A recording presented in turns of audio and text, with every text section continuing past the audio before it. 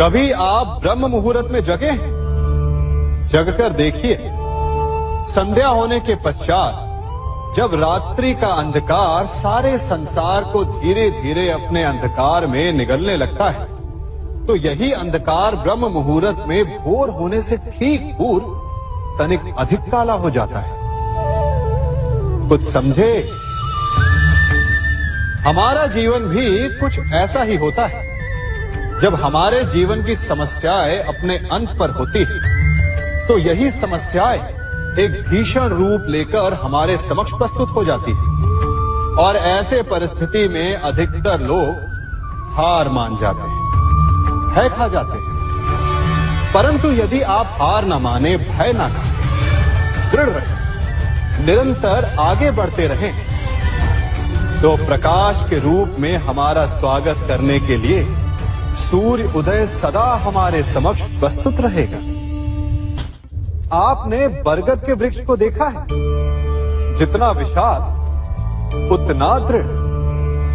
पतझड़ में वो सूख जाते हैं, परंतु दुर्बल नहीं होते, टूटकर गिरते नहीं। और उसके विपरीत दलदल में उपजे वृक्षों को देखिए, वो दिखने में तो बड़े होते हैं, पतझड़ आए या शीत सदा हरे भरे होते हैं, परंतु इतने दुर्बल होते हैं कि जल धारा के हल्के से वेग से वो गिर जाते हैं।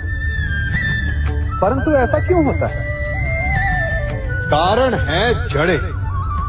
जिसकी जड़ें दृढ़ भूमि में है, वो हर चक्रवात, हर ऋतुओं को सह लेता है, और जिसकी जड़ें दलदल में है, वो स्वयं की जड़ों को दुर्बल बना लेता है। कुछ ऐसा ही मनुष्य भी होता है, जो अधर्म, कुकर्म और असत्य की धरा पर उपजा है। वो समय की एक मार भी नहीं सह पाता, और जो मनुष्य सत्य, धर्म की धरा पर उपजा है, वो हर समस्या से अविचलित हो जाता है। अब आप पर निर्भर करता है कि आप क्या बनना चाहते हैं। हमारे जीवन में मित्र और शत्रु बड़ा महत्व रखते हैं। यदि गंभीरता से सोचा जाए तो ऐसा कोई क्षण नहीं जब हम अपने मित्रों के बारे में ना सोचते हो या फिर अपने शत्रुओं के बारे में। हमारा हर कार्य या तो हमारे मित्रों के हित के लिए होता है या फिर हमारे शत्रुओं के अहित के लिए। हम हर स्थान या तो अपने मित्रों के साथ होते हैं या फिर अपने शत्रुओं के साथ। कोई नहीं चाहता कि उनका शत्रु प्रसन्न रहे। हर कोई अपने शत्रु को नष्ट कर देना चाहता है, और ऐसा करने के लिए वो हर संभव प्रयास करता है। उसे आर्थिक, मानसिक और शारीरिक हानि पहुंचाने का प्रयास करता है। परंतु यदि मैं आज आपको ऐसा मंत्र सिखाऊं जिससे आप अपने शत्रु को सदा के लिए नष्ट कर दे तो, और वो मंत्र है मित्र बनाना। अपने सभी शत्रुओं को अपना मित्र बना लीजिए और आपके सारे शत्रु स्वतः ही समाप्त हो जाएंगे। मैं क्या कर रहा हूं? मैं दिए प्रज्वलित कर रहा हूं ताकि अंधकार को मिटा सकूं। अब आप कहेंगे कि इसमें कौन सी बड़ी बात है ना? परंतु इसमें महत्वपूर्ण बात समझने के लिए यह है कि मैं क्या नहीं कर रहा हूं, और मैं अंधकार नहीं कर रहा हूं। क्योंकि अंधकार को मिटाने के लिए प्रकाश का अस्त्र तो उठाना ही पड़ता है। बुराई को बुराई से नहीं, अच्छाई से जीता जाता है। अन्याय को अन्याय से नहीं, न्याय से लड़ा जाता है।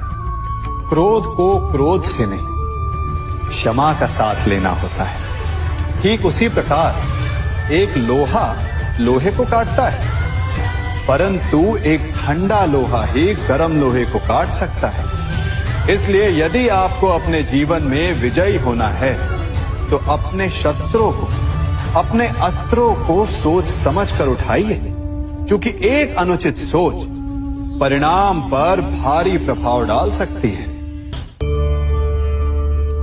आप सब सोच रहे होंगे कि ये क्या मैं करने लगा।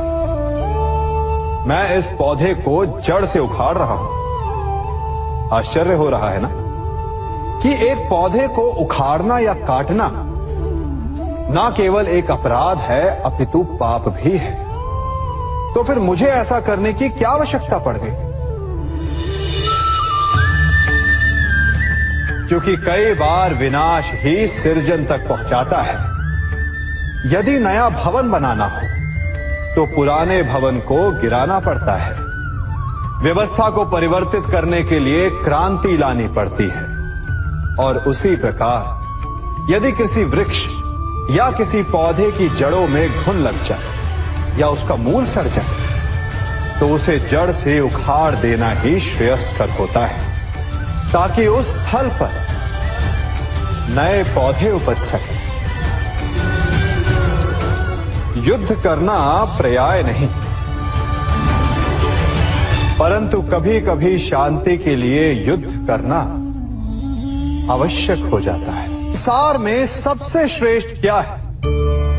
फूल या कांटे, प्रेम या घृणा, संपन्नता या दरिद्रता, मित्र या शत्रु? बताइए। अब आप भी कहेंगे कि भला ये कोई पूछने की बात हुई? अवश्य, फूल, प्रेम, संपन्नता और मित्र ही श्रेष्ठ है। परंतु क्या आपने अपने जीवन में कभी सोचा है कि हर एक भाव, हर एक वस्तु, हर एक घटना का एक गुण धर्म होता है? त्वचा पर जलन करने वाले फूलों से अधिक श्रेष्ठ वो कांटे हैं जिनसे आप अपने घर की बाढ़ बनाते हैं ताकि वन्य पशु आपके भीतर ना आ सके। वो प्रेम श्रेष्ठ नहीं जो आपको अंधा, लोभी, पक्षपाती बनाता। वो घृणा श्रेष्ठ है जो आपको नया मार्ग दिखा दे। वो संपन्नता श्रेष्ठ नहीं जो आपको कृपण बना दे, मत्तांध बना दे। वो दरिद्रता श्रेष्ठ है जो आपको जीवन में परिश्रम करने की शिक्षा दे। कुविचार देने वाले, बुरा मार्ग दिखाने वाले मित्रों से अधिक श्रेष्ठ वो शत्रु होते हैं जो हमें जीवन का लक्ष्य दे दे। इसलिए अपने जीवन में हर वस्तु, हर भाव, हर घटना के गुण धर्म को पहचानिए और उसके पश्चात अपना चयन कीजिए। स्वर्ण। हम सभी को अपने जीवन में स्वर्ण से कभी ना कभी कुछ ना कुछ थोड़ा या अधिक मोह होता ही है ना? परंतु क्या आपने कभी सोचा कि स्वर्ण को प्राप्त कैसे किया जाता है? जब भूमिगत खदानों से स्वर्ण को निकाला जाता है तब वो एक पाषाण की भांति होता है।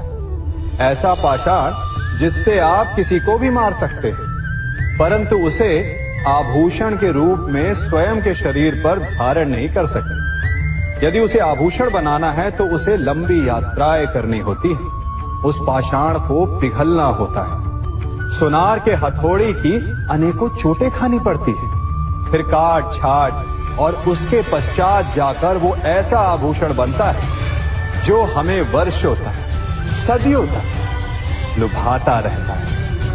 इसलिए यदि आपको समय पर विजय पानी है तो स्वयं के निर्माण पर समय देना होगा। हम सभी सुनते आए कि जो वीर होता है, साहसी होता है, शौर्यवान होता है, उसके समक्ष सारा संसार झुकता है। वीर भोग्य वसुंधर। परंतु वीरता है क्या? शौर्य क्या है? साहस क्या है? साहस युद्ध नहीं, वीरता विजय नहीं, शौर्य कभी ना गिरना नहीं। साहस किसी चुनौती के समक्ष खड़े होने का भाव है, तो वीरता उस चुनौती को उत्तर देने के लिए पूर्ण परिश्रम लगा देना है। और शौर्य का अर्थ है गिरकर फिर से उठने का साहस रखना, बार बार प्रहार करके वीरता दिखाना, निरंतर प्रयास करते रहना, निरंतर परिश्रम करते रहना। इसलिए विजयी होने से अधिक महत्वपूर्ण है शौर्यवान होना, क्योंकि जो शौर्यवान है उसे विजय मिलना निश्चित है।